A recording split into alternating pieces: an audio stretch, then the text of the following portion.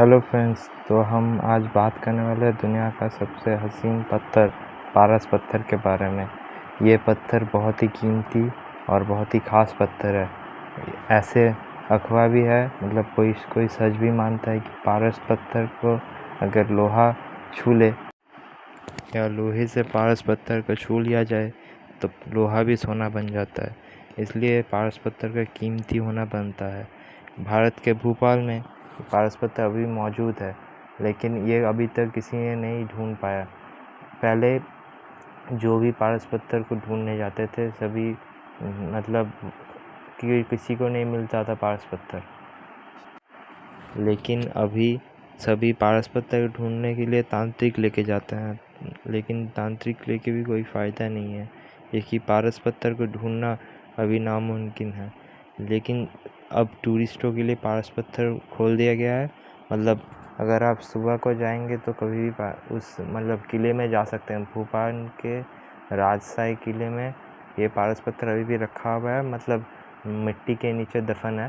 तो अब अगर आप कभी घूमने जा सकते हो वहाँ पे तो जा सकते हैं, लेकिन अगर आप रात को कभी गए तो देखेंगे रात को यहाँ पे टूरिस्टों को जाना मना है यहाँ, क्योंकि रात को यहाँ पे खुदाई चलता है। अब क्योंकि यहाँ पे कैसे समझ में आता है किसी को नहीं पता, लेकिन इस पे समझ में आ जाए जो हर दूसरे दिन यहाँ पे एक बड़ा बड़ा गड्ढा दिख जाता है। हर दिन रात को यहाँ पे खुदाई चलता रहता है।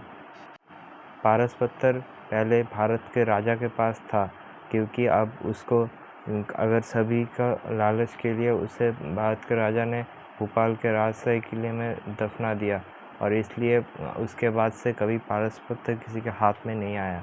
तो तब से पारस पत्थर अभी तक भोपाल में इंडिया के भोपाल के नीचे दफन है। अभी तक एक अफवाह है कि पारस पत्थर का जो रखवाली करता है वो जिन है। तो मिट्टी के नीचे पारस पत्थर का रखवाला एक जिन करता है, और इसका सभी खोज साइंटिस्ट कर रहे हैं, लेकिन कोई भी इसका फल नहीं निकला है। तो और एक अफवाह है कि पारस पत्थर को जो भी ढूंढने जाता है वो पागल या एबनॉर्मल हो जाता है। लगभग सभी पारस पत्थर को जो भी ढूंढने जाता है वो एबनॉर्मल हो जाता है, तभी इसके लिए तांत्रिक का मदद लिया जाता है। लेकिन यह अफवाह है। अगर पारस पत्थर को अगर ढूंढना जाता तो टूरिस्ट के लिए यह बंद हो जाता। इसलिए पारस पत्थर सभी ढूंढने के लिए जा सकते हैं, लेकिन रात को यह जगह बंद हो जाता है। लेकिन अभी अगर कोई भी पारस पत्थर ढूंढने जाता है तो तांत्रिक का मदद लेता है, लेकिन तांत्रिक भी यह कुछ नहीं कर सका, क्योंकि इसका रक्षा जिन करता है।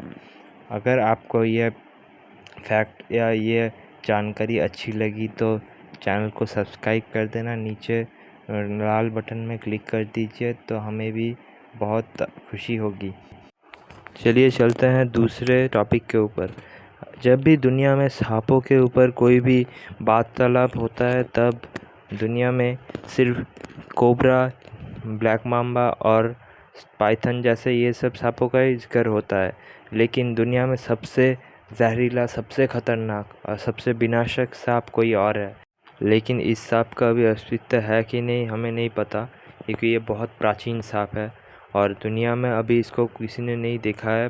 प्राचीन इजिप्ट में ये सांप दिखाया गया था। हाँ, हम बात कर रहे हैं प्राचीन इजिप्शियन स्नेक टाइटेनोबुआ का।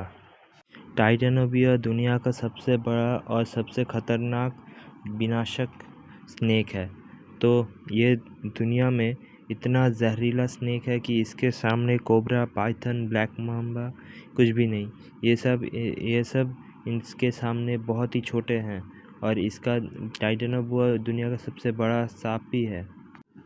6 करोड़ साल पहले जब डायनासोर का खात्मा हो गया तब टाइटेनोबुआ स्नेक का जन्म हुआ, और तब से टाइटेनोबुआ का इतना बड़ा सांप था कि वह ज़मीन पर रहकर आसमान छू सकता था।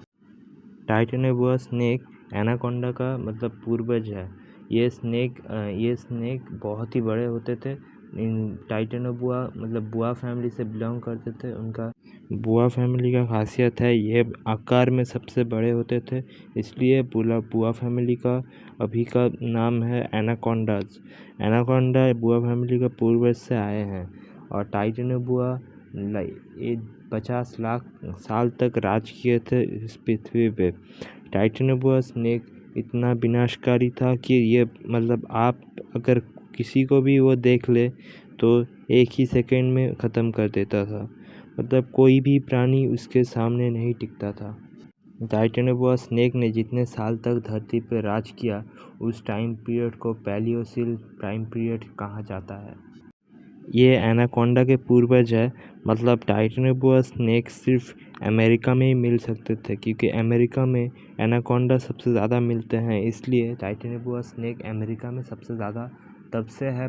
हमारे पूर्वज के मतलब 6 करोड़ साल पहले से टाइटेनोबोआ स्नेक अमेरिका में ही रहते थे। सन 2009 में कोलंबिया में एक कोयले की खदान में धरती में मौजूद टाइटेनोबोआ स्नेक का अस्तित्व दिखाने के लिए एक प्रमाण था कि टाइटेनोबोआ स्नेक का फॉसिल्स।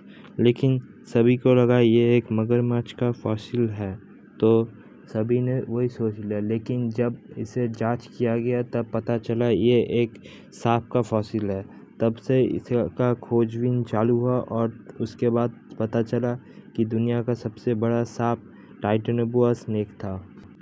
आज के समय एनाकोंडा का साइज 15 से 16 फीट ऐसा होता है, लेकिन टाइटेनोबोआ का साइज उससे भी दुगना था, लगभग 45 फुट।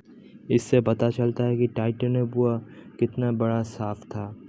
टाइटेनोबोआ का वेट आज के एनाकोंडा से 5 गुना ज़्यादा था। टाइटेनोबोआ का वेट था 1150 kg। तो बहुत लोग सोच रहे हैं कि टाइटेनोबोआ शिकार कैसे करते थे।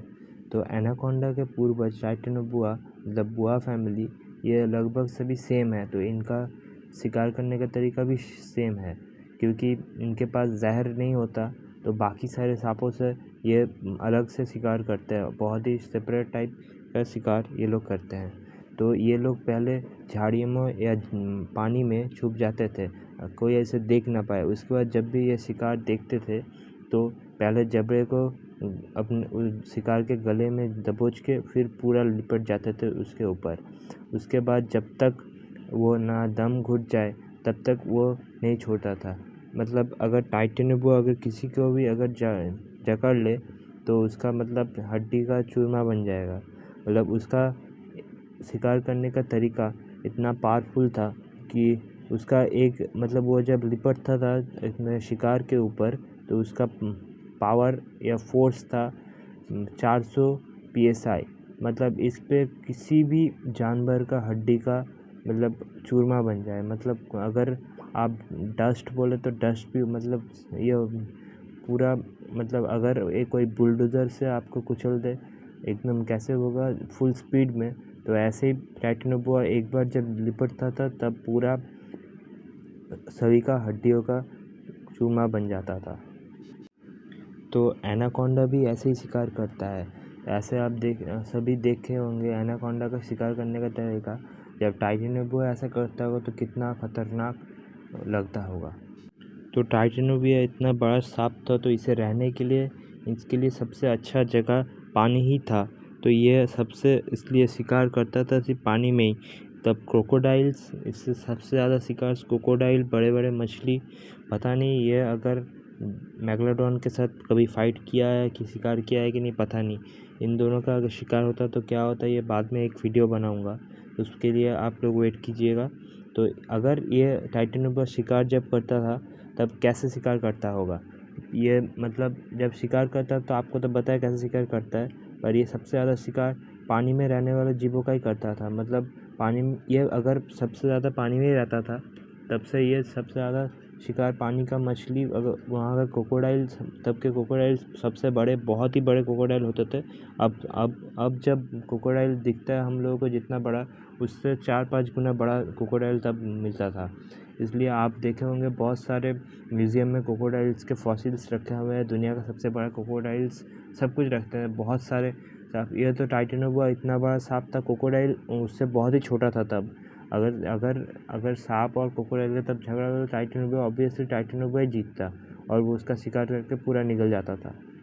टाइटेनोबोआ ज़िंदा क्यों नहीं रहे, ये बहुत सारे लोगों का क्वेश्चन आता है। टाइटेनोबोआ ज़िंदा क्यों नहीं रहे, अभी तक साइंटिस्ट अभी तक खोज कर रहे हैं कि टाइटैनियम बुआ का मरने का असली कारण, और अभी अगर टाइटैनियम बुआ अगर फिर से आ सकता है कि नहीं, इसके लिए वैज्ञानिकों ने बहुत ही बड़ा मतलब ऐसे एक स्टेटमेंट दिया है।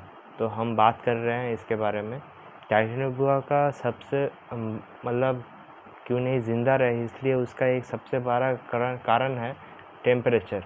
तब भारत का या कोई भी देश का टेम्परेचर मतलब पृथ्वी का टेम्परेचर था 35 से 40 डिग्री तक, मतलब आज के टेम्परेचर से 15 गुण ज़्यादा, मतलब उसका टेम्परेचर मैक्सिमम तब मतलब मिनिमम टेम्परेचर 35 to 40 डिग्री तक था। अभी वो मिनिमम टेम्परेचर हो जाता है आपका 12-10 ऐसा। इसलिए टाइटैनियम बुआ तब के, क्योंकि वो कोल्ड ब्लडेड है, तो इसलिए टाइटैनियम बुआ तब जिंदा रह पाते थे।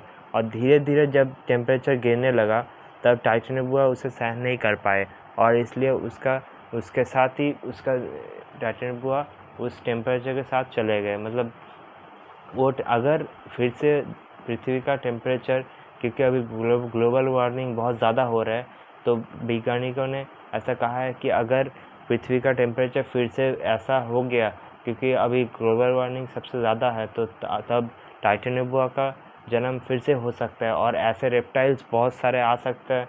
इसका साइज़ इतना उससे भी बड़ा हो सकता है, क्योंकि एनाकोंडा अभी भी ज़िंदा है, क्योंकि उसके पूर्वज है पुआज फैमिली से। तो इसलिए कभी भी एनाकोंडा अगर अभी जो हो रहा है, तो अभी भी उसका ग्लोबल वार्मिंग के वजह से वो लोग फिर से ज़िंदा होकर और भी बड़े हो सकते हैं। और क्योंकि ये होगा नहीं, क्योंकि अभी ऑक्सीजन सबसे ज़्यादा कम है, इसलिए धीरे धीरे ऑक्सीजन कम रहा है, और इसलिए टाइटैनियम बुआ का मतलब जन्म हो भी सकता है, लेकिन इतना भी बड़ा नहीं होगा, क्योंकि ऑक्सीजन का कमी बहुत ज़्यादा है। लेकिन अगर हो जाता है तो कभी भी ये वैज्ञानिक और अगर हो जाता है तो बहुत ही बड़ा मतलब अनबिलीवेबल सा कुछ दिखने को मिलेगा। और धीरे धीरे जब ग्लोबल वार्मिंग बढ़ेगा, तो इसलिए टाइटैनियम बुआ अगर आ भी गए तो ऐसा कभी भी हो सकता है।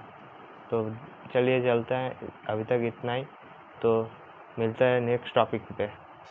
उसके पहले चैनल को सब्सक्राइब कर दीजिएगा, इससे हमें थोड़ा सा मोटिवेशन मिलता है। तो दोस्तों, दुनिया का सबसे ख़तरनाक जगह, मतलब आप अगर कभी इस जगह पे घूमने जाए तो कभी भी कुछ उल्टा सीधा मत करना, क्योंकि ये दुनिया का सबसे मतलब बहुत ही ख़तरनाक जगहों में से कुछ जगह है ये सब।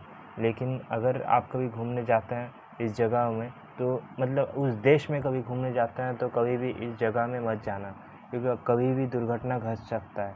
तो इसलिए ये सब जगह आप अवॉइड करके चलना। तो चलिए जानते हैं दुनिया का सबसे ख़तरनाक जगह।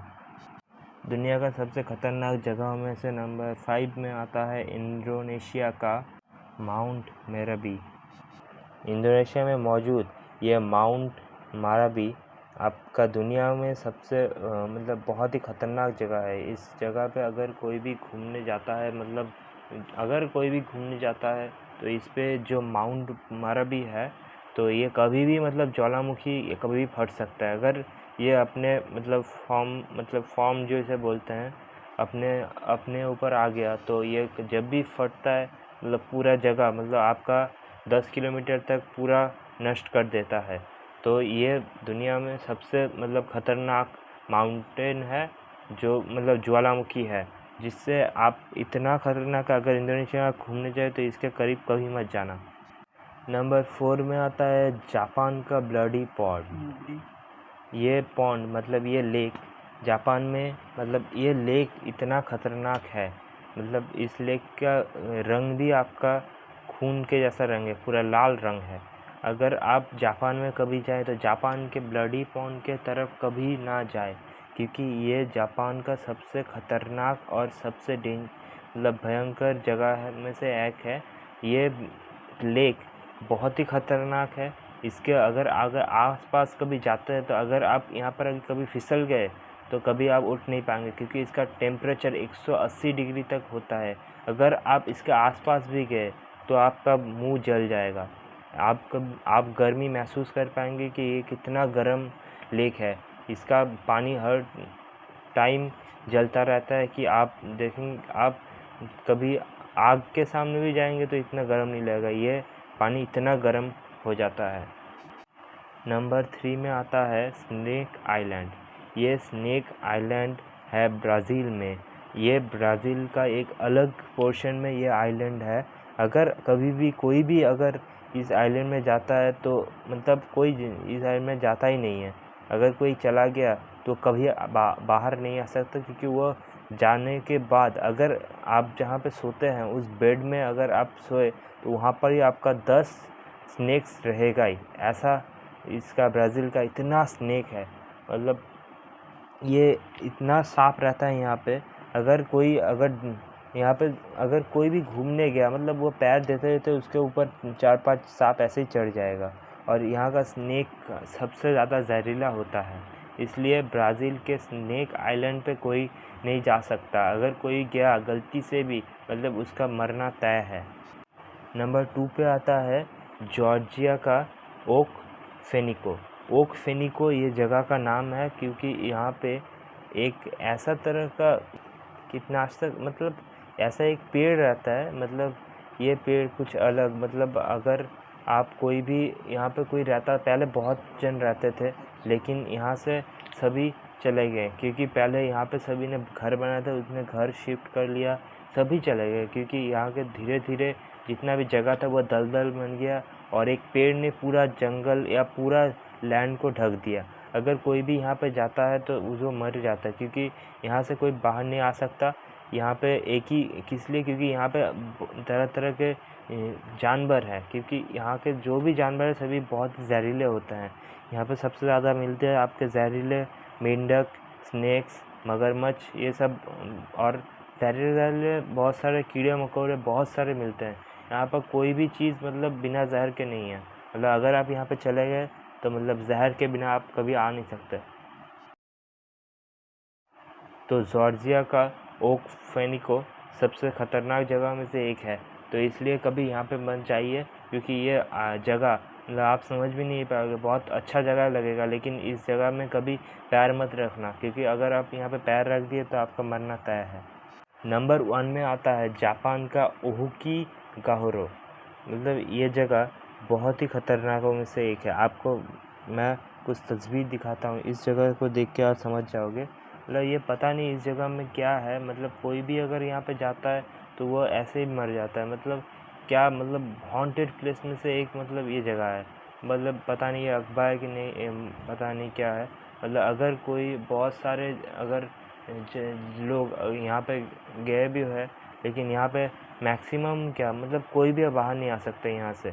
जापान का ये ओहोकी गाहोरो ये जगह बहुत सारे लोगों को पता है ये कहाँ पे है, लेकिन कोई भी वहाँ पे जाने का ज़रूरत नहीं करता।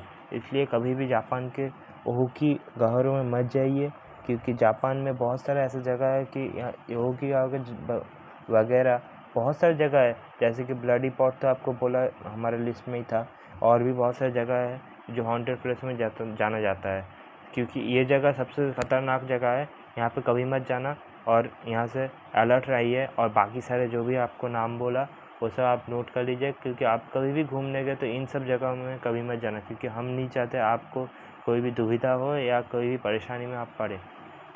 अगर आपको ये वीडियो या ये सब टॉपिक अच्छा लगा तो वीडियो को सब्सक्राइब कीजिए, नीचे रेड बटन को दबा दीजिए, क्योंकि इससे आप अगर सब्सक्राइब करते हैं तो हमें बहुत ही अच्छा लगेगा, और हम ऐसे नए नए आपके लिए फैक्ट या जानकारी लाते रहेंगे कि आप सुरक्षित रहें और इस नए नए तरीक़ों से आप कुछ सीखते रहें और जानते रहिए हमें और हमारे चैनल को।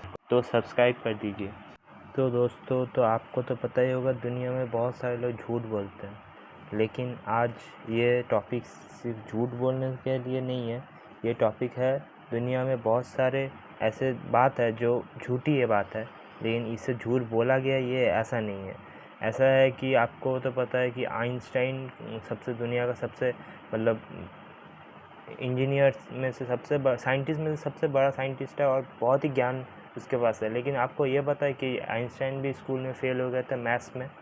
ऐसा ही है कि ऐसे हम बात करने वाले दुनिया के बहुत सारे ऐसे मिथ के बारे में जो सभी को पता है, लेकिन ऐसा नहीं है। ठीक है, तो चलिए शुरू करते हैं। सबसे पहला आता है हमें मून वॉक के बारे में।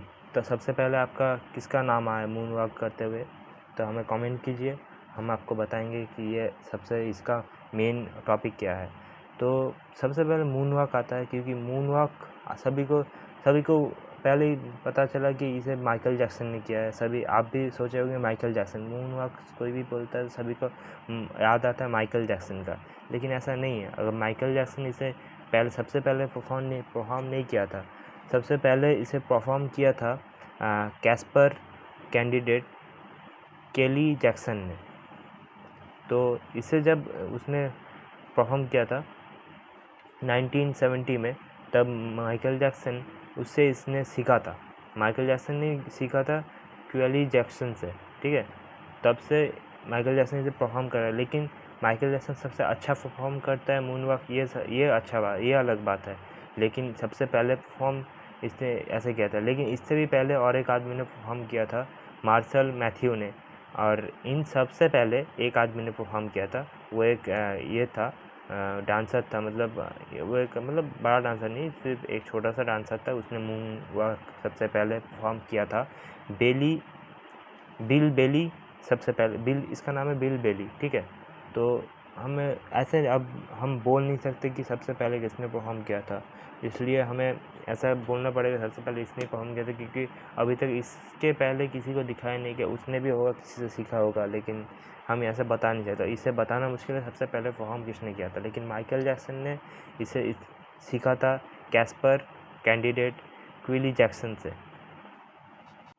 तो अगर कोई पूछे कि मून डांस किसने इन्वेंट किया या किसने सबसे पहले परफॉर्म किया, तो आप बोल सकते हैं कि ये केली जैक्सन से, लेकिन सबसे अच्छा माइकल जैक्सन ही करता है। तो सभी इसके फ़ैन हैं, लेकिन और एक आपको माइकल जैक्सन के बारे में पता है, क्योंकि माइकल जैक्सन क्योंकि बहुत ही काला था, मतलब वो रंग उसका बहुत ही ब्लैक था।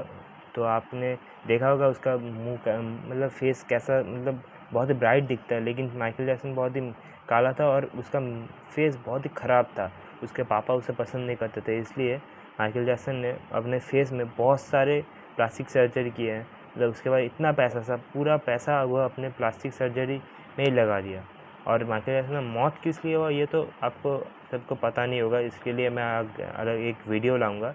इसका मौत का जो वीडियो है, मतलब मौत किस लिए है इसके ऊपर पूरा फैक्ट है।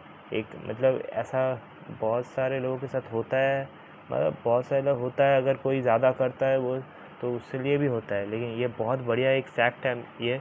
तो नेक्स्ट वीडियो में हम लोग ये इसका फैक्ट लेके आएंगे कि माइकल जैक्सन के कैसे मौत हुआ। तो चलिए नेक्स्ट, इजिप्ट का सबसे मतलब इजिप्ट का पिरामिड है, सबसे बड़ा पिरामिड है कुफू का पिरामिड, तो सभी को पता है। लेकिन इजिप्ट का पिरामिड्स किसने बनाया? सभी बोलेंगे इजिप्ट के पिरामिड्स उनके महसूस ने तूतनखामुन इन्होंने इनके इस पे गया था, लेकिन नहीं, इजिप्ट के ज़्यादातर लोगों ने इजिप्ट का पिरामिड बनाने के लिए मदद किया था। मतलब इजिप्ट का जो भी पॉपुलेशन था, पूरा पॉपुलेशन अपने देश को या अपने साम्राज्य को बढ़ाने के लिए, मतलब एक स्ट्रक्चर, मतलब एक आइडेंटिटी क्रिएट करने के लिए अपना पिरामिड बनाने लग गए। लेकिन उसका जो इतना बड़ा बड़ा पत्थर बहुत दूर दूर, अब उसका एक डिवीज़न होता था, सभी इतना बड़ा बहुत बड़े पॉपुलेशन था, जिसलिए इजिप्ट का पिरामिड बन पाया इतने कम समय में।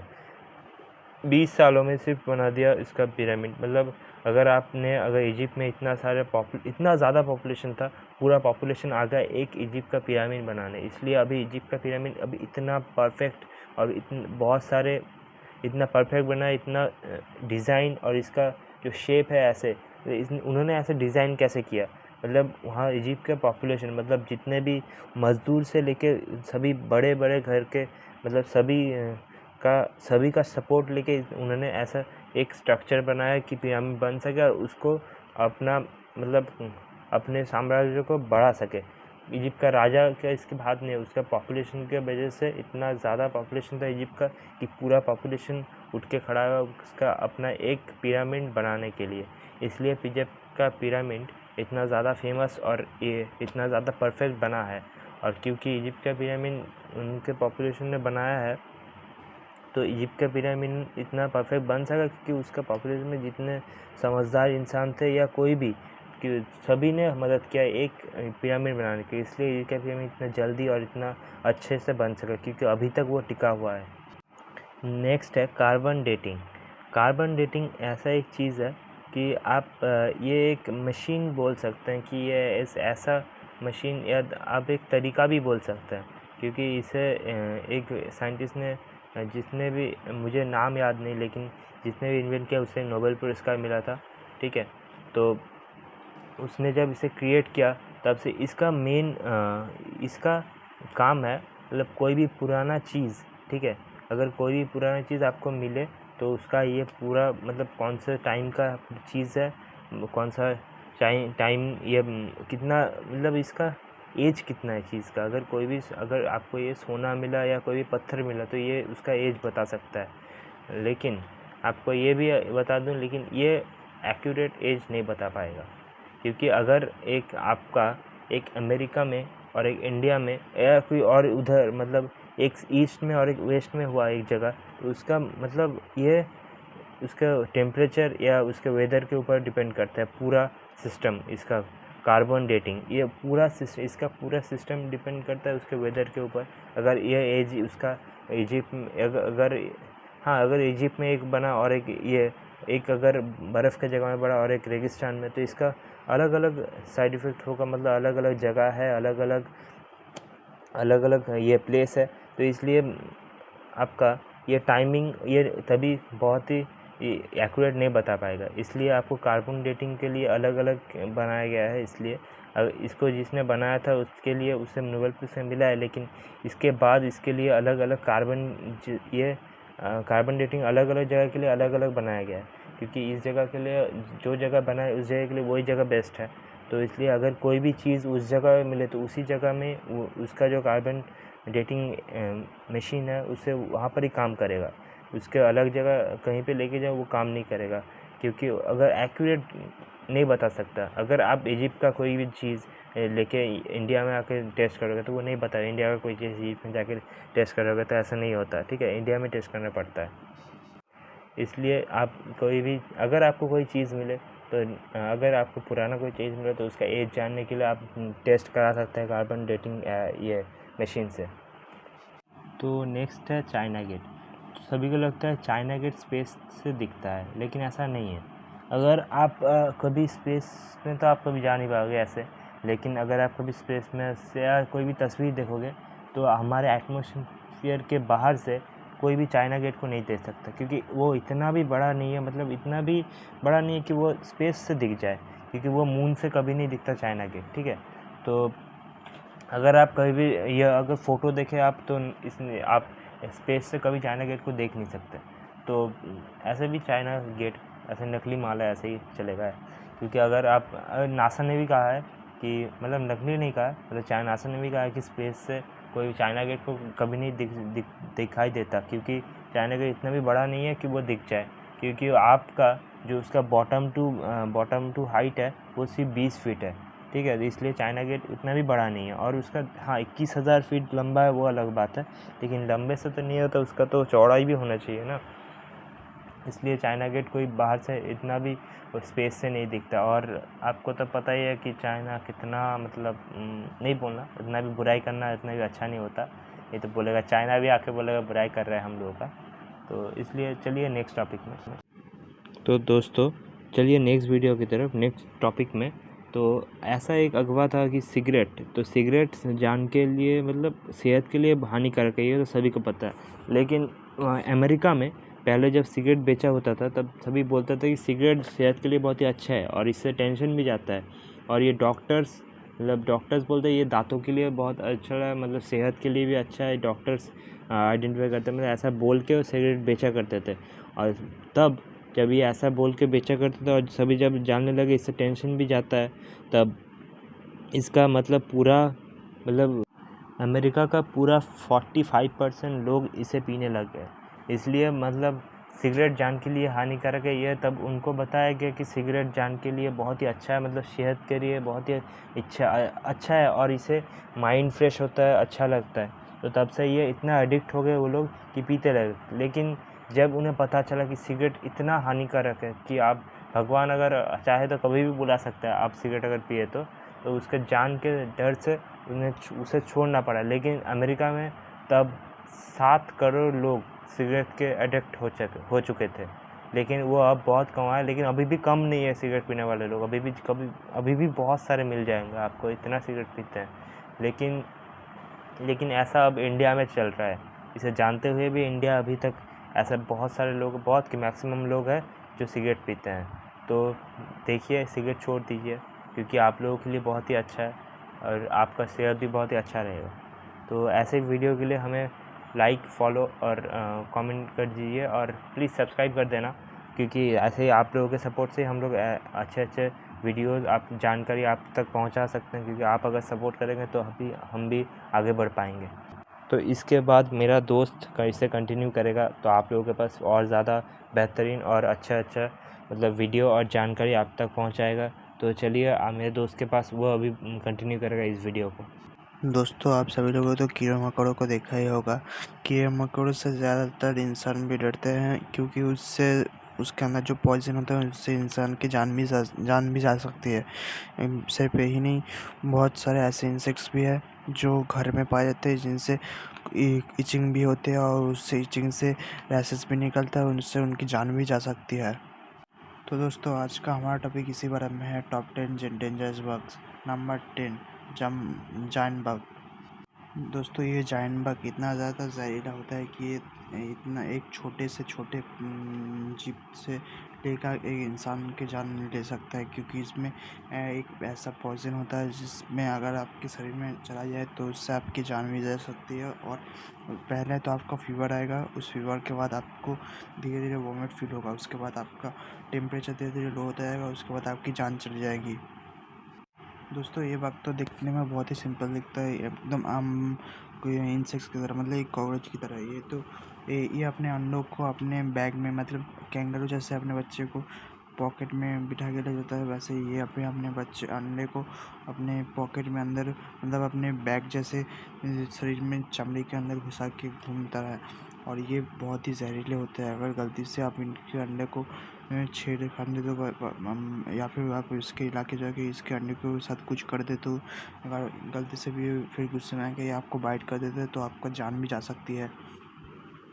दोस्तों, नंबर 9 पे जो इंसेक्ट आता है वो सबकी के घर में मिलता है। वो हर किसी को हर दिन बाइट करता है, कहीं ना कहीं बस पे, हर जगह पे। वो तो और कोई ऐसे नहीं हुए, मच्छर। दोस्तों, आप सभी लोगों को तो पता होगा मच्छर कितना ज़्यादा जहरीला होता है, और वो किसी को काट ले तो उस जगह वो सूज जाता है और खून भी निकलने लगता है कभी कभी।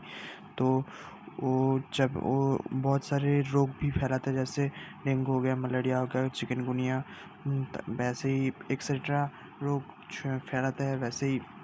मगर आपने कभी ये सोचा है कि आप जब रातों में वो आपको ढूंढते कैसे हैं? तो मैं आपको बताऊंगा वो रातों में आपको कैसे ढूंढते हैं। दोस्तों, आप जब सांस लेते हैं ना, तब आप जब कार्बन डाइऑक्साइड को छोड़ते हैं, तब वो 70 फीट्स के आसपास जब आप आते हैं, तब वो आपकी तरफ खींचे चले जाते हैं और आपको आकर आपको खून चूसने लगता है, जिससे आपको बहुत ही ज़्यादा फीवर आता है। और जब आपको खून चूसता है तब वो जो उसका सुई होता है वो आपके शरीर के अंदर जाता है, और उसके साथ जो बैक्टीरिया होता है वो भी आपके शरीर के अंदर चला जाता है। इससे क्या होता है, आपका शरीर में बहुत ही ज़्यादा फीवर होने लगता है और बहुत ही बुखार आता है, और इससे आपकी तबीयत भी ख़राब होता है, और इससे तब आप बीमार भी पड़ जाते हो, और तब आप ऐसे ही बीमार हो जाते हो। दोस्तों, नंबर 3 पे आता है किलर बीस। किलर बीस एक ऐसा मधुमक्खी है जो एकदम आम हनी बी, मतलब आम मधुमक्खी की तरह दिखता है, मगर ये सबसे अलग होता है। मतलब ये अगर किसी को गुस्सा आ जाता है इनमें थोड़ा सा भी, अगर आप इनके इलाके में जाते हो और अगर आप इसके आसपास भी घूमते हो तो ये सब गुस्सा हो जाते हैं और आपके ऊपर अटैक करने लगता है। और इनको अलग इसलिए और एक बनाता है कि ये हमेशा अलग नहीं रहते, एक साथ झुंड में रहते हैं। अगर आप इनके इलाके में घुस गया, आपका पाला इनसे पड़ गया, तो आपको कोई नहीं बचा सकते, भगवान भी नहीं। और इनके अंदर एक ऐसा जहर पाया जाता है जिससे अगर आपको आपको डंक मारा जाए तो आपकी जान 1 से 2 घंटे के अंदर हो जाती है। और यही बात नहीं, और एक बात है कि आप अगर ये ज़्यादातर साउथ अफ्रीका और नॉर्थ कोरिया में पाया जाता है। दोस्तों नंबर 4 पे है सेड्स फ्लाइज। ये एक ऐसी मधुमक्खी होती है जो से एक ऐसी बीमारी फैलाते हैं जिसका नाम है स्लीपिंग सिकनेस। और ये आप अमेरिका में पाया जाता है। और इससे निकलने वाला पॉइजन से अगर कोई भी पीड़ित व्यक्ति समझ लो जो इस बीमारी का शिकार हो चुका है, अगर उसका सही टाइम पे ट्रीटमेंट ना हो तो उसकी जान भी जा सकती है। सिर्फ यही नहीं, और उस ट्रीटमेंट के द्वारा वो जो मेडिसिन दिलाए जाते हैं वो बहुत ही ज़्यादा खतरनाक होता है, जानलेवा होता है, और वो बहुत ही ज़्यादा साइड इफ़ेक्ट होता है, इसीलिए उससे आपको बहुत ही ज़्यादा तकलीफ हो सकती है। और ये सिर्फ अमेरिका में पाए जाते हैं और ज़्यादातर कंट्री में अवेलेबल मतलब मिलता ही नहीं है, और ये बहुत ही रियल होता है। दोस्तों आशा करता हूँ आपको वीडियो पसंद आ रहा होगा। इतनी मेहनत से इतनी देर से हम लोग वीडियो बना रहे हैं, तो अगर आपको वीडियो पसंद आया तो चैनल को लाइक और सब्सक्राइब कर देना ऐसे ही नए और इंटरेस्टिंग वीडियो के लिए। तो अब बढ़ते हैं नेक्स्ट टॉपिक की ओर। तो नेक्स्ट टॉपिक में मैं आप सभी लोग को बताने वाला हूँ कि आप मतलब और चाइनीज़ डेमन्स के बारे में। चाइनीज़ डेमन्स मतलब और भी नए नए चाइनीज़ डेमन्स, पुराने जो चाइनीज़ डेमन्स है उनके बारे में मैं बात करने वाला हूँ। और आशा करता हूँ आपको वीडियो पसंद आ रहा होगा। अगर फिर से एक बार बता रहा हूँ, वीडियो पसंद आ रहा है तो चैनल को लाइक और सब्सक्राइब कर देना। तो बढ़ते हैं वीडियो की ओर। दोस्तों डेमन से पहले हम गॉड्स के बारे में जान लेते हैं। जैसे इंडिया में भगवान विष्णु, महादेव, त्रिदेवों को पूजा जाता है, वैसे चाइना में भी एक गॉड है जिसको पूजा जाता है, वो है टाइटन।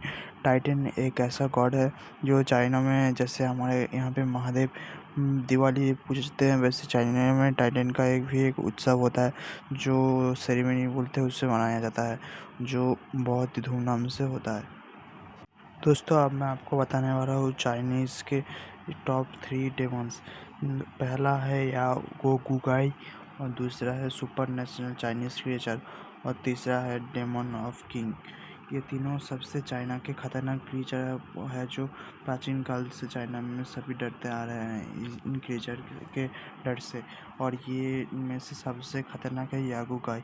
ये एक मंकी की तरह दिखता है और अंधेरों में निकलता है, और जब भी कोई भी जंगल में रहता है और जब भी कोई भी लोग जंगल से निकलते हैं तभी ये उन पर अटैक करता था और उठा के लेके जाता था। किसी को पता नहीं है कहाँ पे और कैसे लेके जाता था, और कभी भी उन लोगों को दोबारा मिला नहीं गया। दोस्तों अभी तक हमने जाना और देखा कि चाइना के टॉप 10 क्रिएचर्स के बारे में। अब मैं आपको बताने वाला हूँ। तो आशा करता हूँ आपको वीडियो पसंद आ रहा होगा। वीडियो को पसंद आया तो चैनल को लाइक और एक सब्सक्राइब ज़रूर कर देना ऐसे आपके वीडियोस के लिए। तो आशा करता हूँ आपको वीडियो पसंद आ रहा होगा। तो बढ़ते हैं नेक्स्ट टॉपिक की ओर। और हाँ, ऐसे ही और एक इंटरेस्टिंग टॉपिक के लिए भी एक लाइक भी कर देना, इससे हमें मोटिवेशन मिलेगा। तो बढ़ते हैं नेक्स्ट टॉपिक की ओर। दोस्तों नेक्स्ट टॉपिक में मैं सुपर हीरो के फैक्ट्स के बारे में बताऊंगा। सुपर हीरो के फैक्ट्स मतलब सुपर हीरोज़ के जो पावर्स होते हैं उनके बारे में मैं बताऊंगा सिर्फ और सिर्फ। और हाँ, वीडियो ये अगर इस पार्ट को पसंद आ रहा हो तो ये इसी बात पे एक और लाइक कर देना। जानता हूँ मैं बहुत ही ज़्यादा लाइक मांग रहा हूँ, फिर भी ज़्यादा बोल रहा हूँ भाई के नाते। एक लाइक और एक सब्सक्राइब कर देना, इससे भी हमें मोटिवेट मिलेगा। तो नंबर 1 पे जो आता है जस्टिस लीग से, मैं पहले बता रहा हूँ। जस्टिस लीग से पहले आता है सुपरमैन। सुपरमैन के पास सबसे ज़्यादा पावर है उसका स्ट्रेंथ बॉडी, मतलब उसका जो बॉडी है वो सबसे ज़्यादा स्ट्रांग होता है। और उसके पास और भी ज़्यादा पावर है, जैसे उड़ना, और आग से लेज़र बीम फेंकना, और सुपर स्ट्रेंथ, सुपर स्पीड, और स्पेस पावर, और लाइटनिंग स्पीड भी ऐसा, और फिर ऐसे बहुत सारे पावर्स हैं जिनकी मदद से सुपरमैन जस्टिस लीग का लीडर बनता है। और इसी के लिए सुपरमैन जस्टिस लीग का सबसे ज़्यादा स्ट्रॉन्गेस्ट मेंबर भी माना जाता है।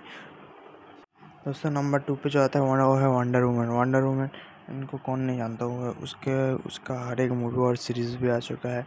दोस्तों वंडर वुमन के वो जाना जाता है उसका स्ट्रेंथ और उसके स्पीड एबिलिटी की वजह से, मतलब वो इतना, उसके पास इतना स्ट्रेंथ और उसके पास इतनी खास एबिलिटी है जिसके कारण उसे जाना जाता है, और सब उसे पसंद भी करते हैं, और मार्वल्स में उसका बहुत अच्छा नाम भी है, इसीलिए वंडर वुमन सबसे ज़्यादा पावरफुल भी है, और उसका नाम सेकंड में आता है।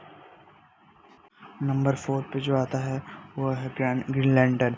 ग्रीन लैंटर्न तो जानते हो दूसरी दुनिया का है, और ग्रीन लैंटर्न के पास बहुत सारी पावर भी है, और उसके पास वो किसी को हीलिंग भी कर सकता है। उसके सारे पावर एक अंगूठी में रहते हैं, और वो सबसे ज़्यादा पावरफुल भी है, और इसीलिए उसका नाम थर्ड पे आता है। और यही नहीं, वो स्पेस में भी जा सकता है, स्पेस पावर भी है उसके पास। वही गैलेक्सी से दूसरे गैलेक्सी के पार भी जा सकता है, और वो शायद थोड़ा बहुत टाइम भी कंट्रोल कर सकता है। और वो उसके पास इतनी पावर हो चाहे तो अपने एक पाँव से पृथ्वी को हिला सकता है। नंबर 4 में जो आता है वो है बैटमैन। बैटमैन बैट्स का राजा माना जाता है, और उसके पास बैट्स पावर भी है, और वो अंधेरों में राज करता है। और सबसे ज़्यादा बात, वो एक नया मूवी आया है मॉर्बियस, उसके जितने पावर है बैटमैन में। बैटमैन बैट को कंट्रोल कर सकता है, वैसे मॉर्बियस भी कंट्रोल कर सकता है। और यही बात नहीं, बैटमैन बहुत ही ओल्ड हीरो भी है, इसीलिए उसका नाम फोर्थ पे रखा हुआ है, और इसी कारण से उसका नाम फुट है। दोस्तों आशा करता हूँ आपको वीडियो पसंद आ रहा होगा। वीडियो पसंद आया तो चैनल को लाइक और एक सब्सक्राइब कर देना। एक लाइक, एक सब्सक्राइब, एक मोटिवेशन। तो ऐसे ही इंटरेस्टिंग वीडियो के लिए चैनल को लाइक और एक सब्सक्राइब कर देना, क्योंकि हमें, अगर आप लाइक ही नहीं करोगे तो हमें मोटिवेट कैसे मिलेगा यार। तो लाइक कर दो, एक लाइक, एक सब्सक्राइब और एक मोटिवेशन। तो मिलता है नेक्स्ट टॉपिक की ओर। दोस्तों नेक्स्ट टॉपिक है मेडुसा के बारे में। मेडुसा का कौन नहीं जानता। मेडुसा एक नागिन थी, जो जिससे श्राप दिया गया था, और वो नागिन बन गई थी।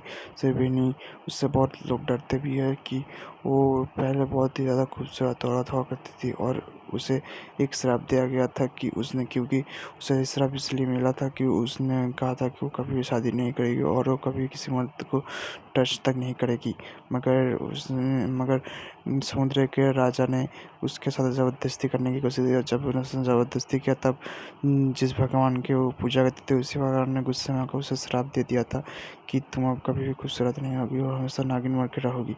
इसे मेरी साहब हमेशा नागिन बन के रहती है। दोस्तों आज मैं आपको नेक्स्ट टॉपिक में बताने वाला हूँ इजिप्ट के एक रानी अलेक्सिनामोर के बारे में।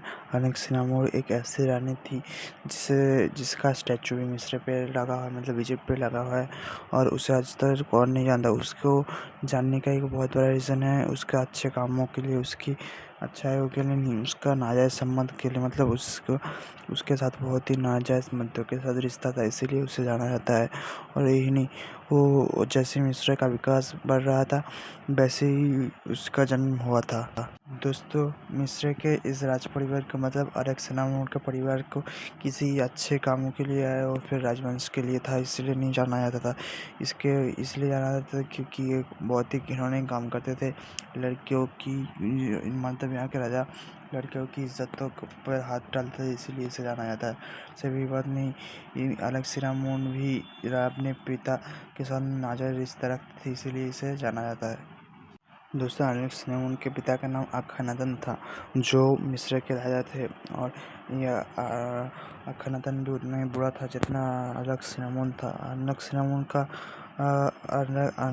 अलेक्सांडर के पिता का नाम अखनातन इसलिए पड़ा क्योंकि वो सूरज की पूजा करते थे। सिर्फ यही नहीं, उसके राज्य में और किसी की पूजा नहीं करने देते थे। अगर कोई भी उनके बात के अवहेलना करता तो उसको मौत के घाट उतार दिया जाता था।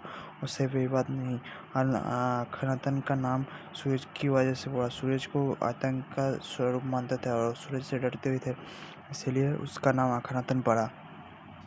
दोस्तों नेक्स्ट टॉपिक पर बढ़ने से पहले अगर आपको वीडियो पसंद आया तो वीडियो को एक लाइक और चैनल को सब्सक्राइब कर देना, ताकि मुझे भी ऐसे मोटिवेट मिलते नए से नए वीडियो बनाने के लिए। सिर्फ यही नहीं, और एक बात, नेक्स्ट टॉपिक और भी ज़्यादा इंटरेस्टिंग होने वाला है, इसी चैनल को सब्सक्राइब भी कर देना और लाइक भी कर देना, क्योंकि एक लाइक, एक सब्सक्राइब और एक मोटिवेशन। तो बताए नेक्स्ट टॉपिक की ओर।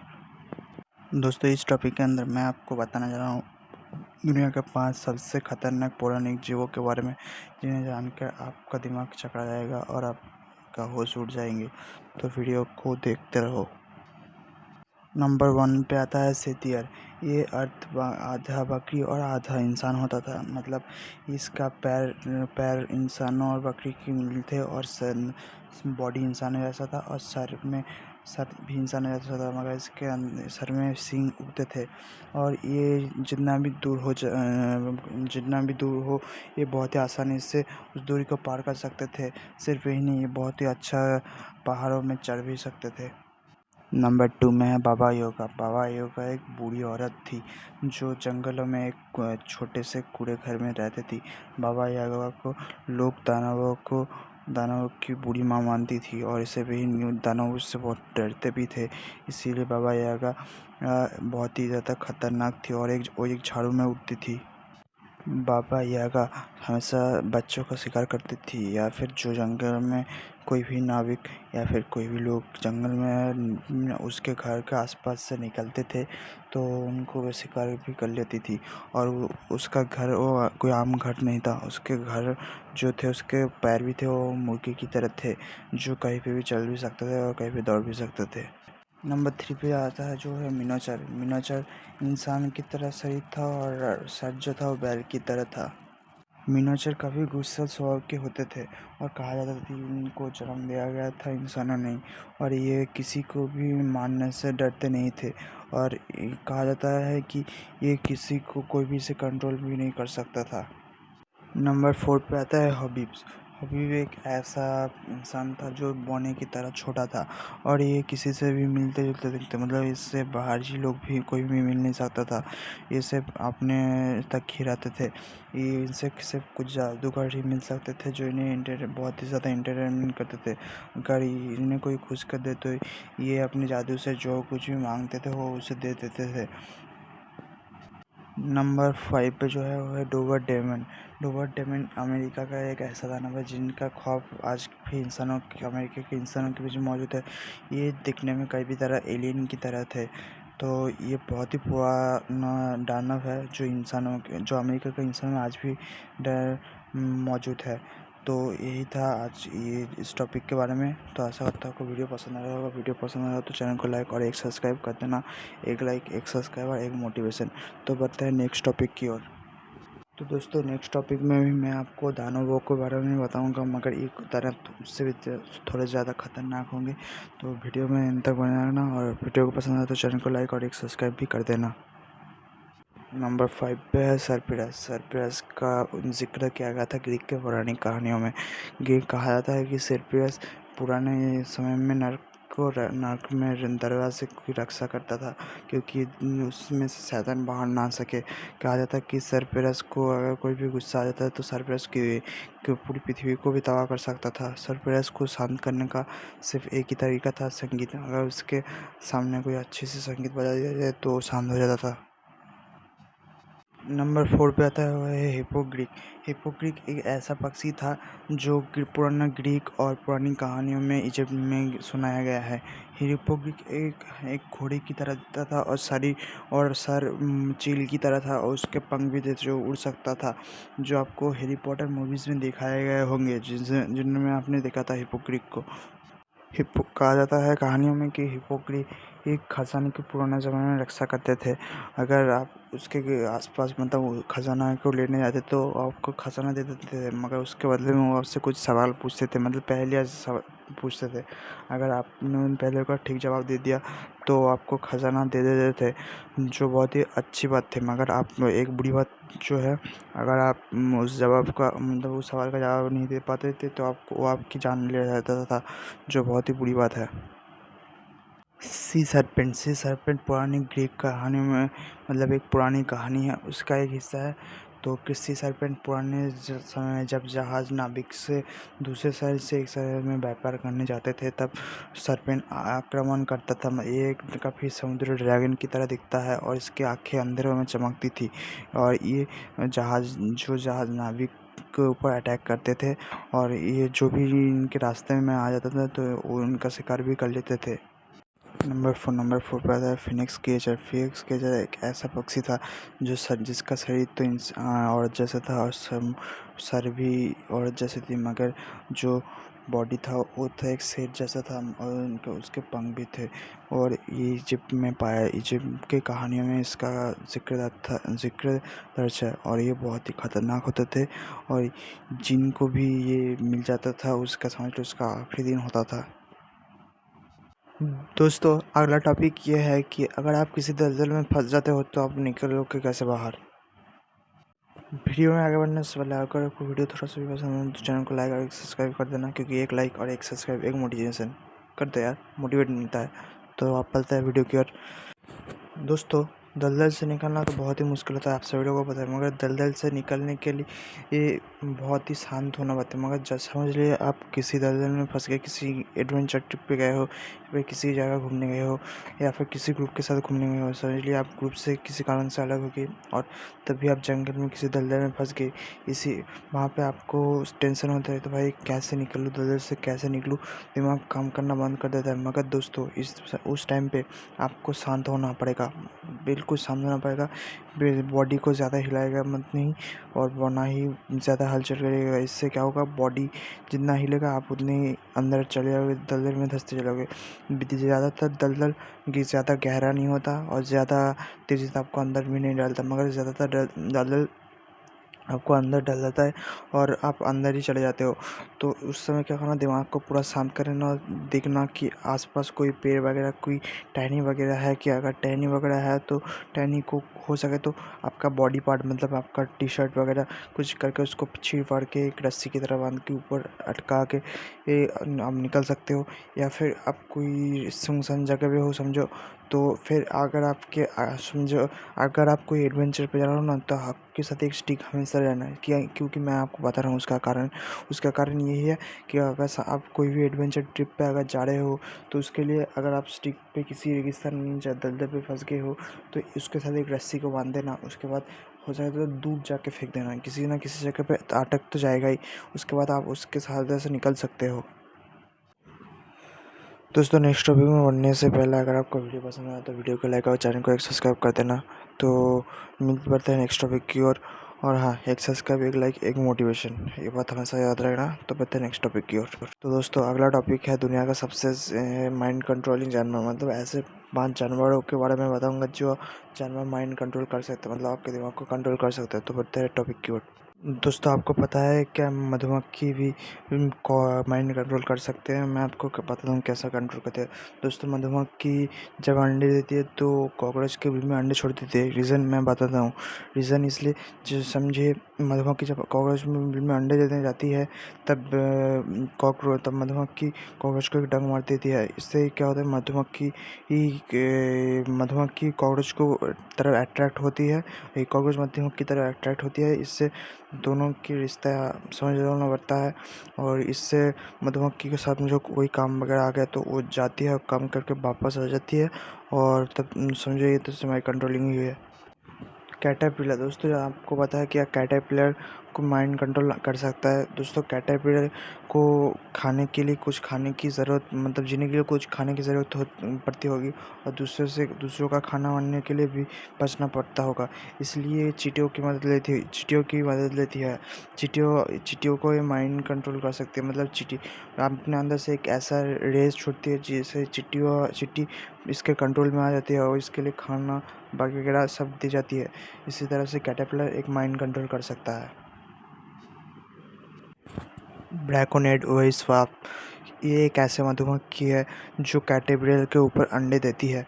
जब मधुमक्खी अपने कैटरपिलर के ऊपर अंडे देकर चली जाती है, तब अंडे 2 वीक के बाद ये कैटरपिलर के माइंड को कंट्रोल करना सीख जाते हैं। तब ये कैटरपिलर के माइंड को कंट्रोल कर देते हैं, और जब भी कोई दूसरा इंसेक्ट या फिर कोई दूसरा इंसेक्ट अटैक करता है इनके ऊपर, तब कैटरपिलर उनको अटैक कर देता है। तो इस तरह से मधुमक्खी एक टाइप से हिप्नोटाइज कर सकता है कैटरपिलर को। दोस्तों आशा करता हूँ आपको वीडियो पसंद आ रहा होगा। वीडियो को पसंद आया तो चैनल को लाइक और एक सब्सक्राइब कर देना। जानता हूँ बहुत बार बकबक कर रहा हूँ, मगर फिर भी चैनल को लाइक और एक सब्सक्राइब कर देना। इससे हमें मोटिवेशन मिलेगा नया से नया वीडियो बनाने के लिए। तो चलते हैं दोस्तों, आज मैं आप सभी लोगों को नेक्स्ट टॉपिक के बारे में बता रहा हूँ। नेक्स्ट टॉपिक से आगे बढ़ने से पहले अगर आपको वीडियो थोड़ा सा भी पसंद आया तो चैनल को लाइक और एक सब्सक्राइब कर देना, क्योंकि एक लाइक और एक सब्सक्राइब से मुझे बहुत ही मोटिवेशन मिलता है। तो कर दो ना यार, क्या जाता है तुम्हारा। दोस्तों यहाँ तक जो मैंने यहाँ तक पूरा टॉपिक बोला, वीडियो बोला, तो ये वीडियो आपको कैसा लग रहा है के भी ऐसे वीडियो लाने के लिए और ऐसे ही कंटेंट लेने के चैनल को सब्सक्राइब करना होता है। तो मैं थोड़ा सा स्टोरी टाइम तरह का बता दूं, मैं और मेरा दोस्त यूट्यूब पे आए हैं, फ्यूचर देख रहे हैं, कुछ बड़ा करेंगे। तो फ्यूचर बड़ा करने के लिए तो आप लोगों का सपोर्ट ज़रूरी है, और सपोर्ट के बिना तो कुछ नहीं होता। हम ज़्यादा उम्र नहीं, हमारा 18-19 साल है, उससे ज़्यादा हमारा उम्र नहीं है। तो यही था आज का। ऐसे ही हमारा ज़िंदगी बीत जाएगा दोस्तों। कि यहाँ हम गांव में रहते हैं, तो यहाँ पे शहर वाले बोलते हैं कि बड़ा सपना देखोगे तो कभी पूरा नहीं होगा भाई। बड़ा सपना, और हम सोचते हैं कि बड़ा सपना देखोगे तभी पूरा होगा। इसीलिए बड़ा सोचो, बड़ा देखो। बड़ा सोचे बगैर कुछ होगा नहीं, और बड़ा किए बगैर कुछ करोगे नहीं।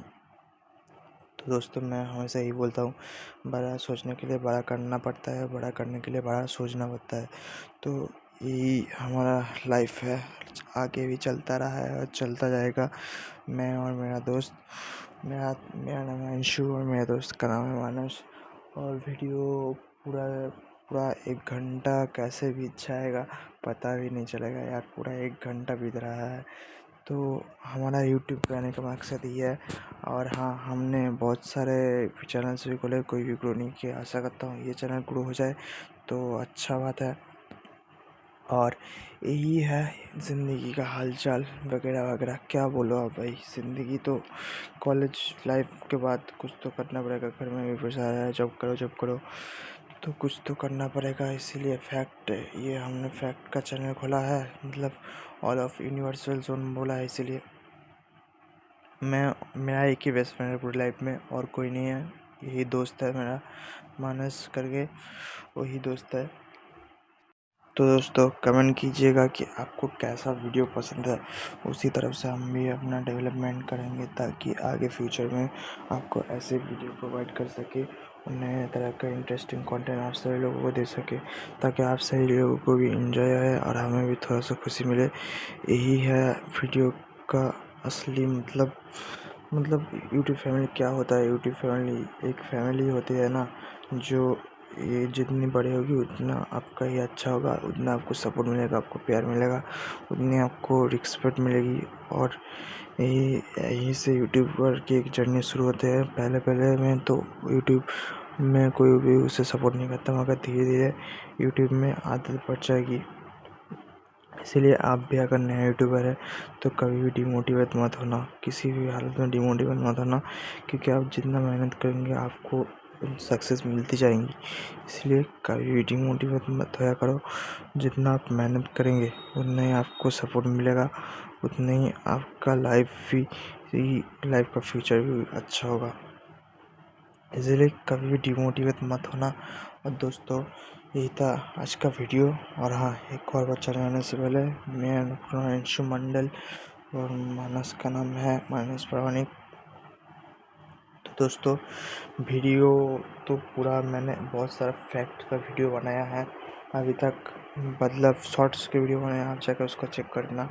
और आगे भी ऐसे ही वीडियो प्रोवाइड करूँगा। डेली सुबह 8 बजे एक शॉर्ट वीडियो आएगा। डेली कोशिश कर रहा हूँ कि पर डे 2-3 वीडियो आपको प्रोवाइड करूँ। और ऐसे हमें सपोर्ट दिखाना क्या रखना, ताकि हम भी फ्यूचर में ऐसे ही मोटिवेट होते रहे आपके, और नए से नए वीडियो आप लोगों को प्रोवाइड करवा सके। और तो यही था आज का वीडियो शायद। तो मिलते हैं नेक्स्ट वीडियो में। और हाँ, जाने से पहले एक और बात बोलना चाहूँगा, फिर से याद, चैनल पर नहीं हो तो एक सब्सक्राइब और एक लाइक, एक मोटिवेशन, और कुछ नहीं यार। और एक फैक्ट आपको बताना चाहता हूँ कि देखो, यूट्यूबर बनना हर किसी का सपना होता है। मतलब हर किसी का लाइफ का एक मकसद होता है, कुछ अचीवमेंट होता है। मुझे मेरा अचीवमेंट जब तक नहीं मिलता तब तक मैं कोशिश करता रहूँगा। यही था मेरा कहानी। और मेरे दोस्त भी है, वो आता होगा तो वीडियो एडिट कर जल्दी से आपको प्रोवाइड कर दिया जाएगा। पूरा देखना हो सके तो 1 घंटे तक हो सके, जितना हो सके उतनी देर देखना। और यही था वीडियो में। जाने से पहले एक बात बोलना चाहूँगा, वीडियो पसंद है तो एक लाइक और एक सब्सक्राइब, एक मोटिवेशन। तो मिलते हैं एक और वीडियो में, तब तक के लिए bye bye and peace out. और एक और बात, बार बार पीस आउट बोल रहा हूँ मगर पता नहीं, जाने का मन ही नहीं करता यार, क्या करूँ, जाना तो पड़ेगा हर किसी को, मतलब वीडियो छोड़ कर जाना पड़ेगा और दूसरी वीडियो में जाना, मगर जाना तो पड़ेगा। तो मिलते हैं नेक्स्ट वीडियो में, तब तक के लिए बाय बाय, सायोनारा। 1 2 वीडियो 1 घंटा होने वाला है दोस्तों, उसके बाद हम अब लोगों से विदा लेंगे, तो जल्दी जाते हैं। 1 2 3 बाय बाय दोस्तों, मिलते हैं एक नेक्स्ट वीडियो में, तब तक के लिए bye bye and peace out.